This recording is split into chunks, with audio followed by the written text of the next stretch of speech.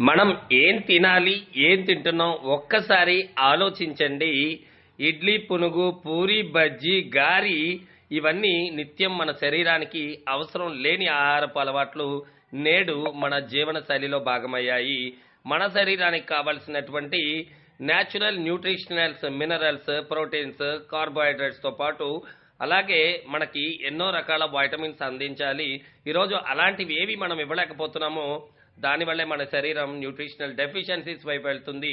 అనేక రకాల రుగ్మతలతో ఇబ్బంది పడుతుంది.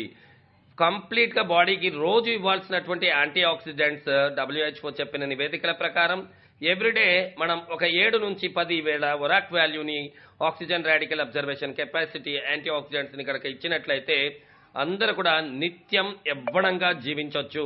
ఎలాంటి ఆరోగ్య సమస్యలు లేకుండా. సో, ప్రతి ఒక్కళ్ళం దీనిపైన అవగాహన పెంచుకోవాల్సిన అవసరం ఉంది.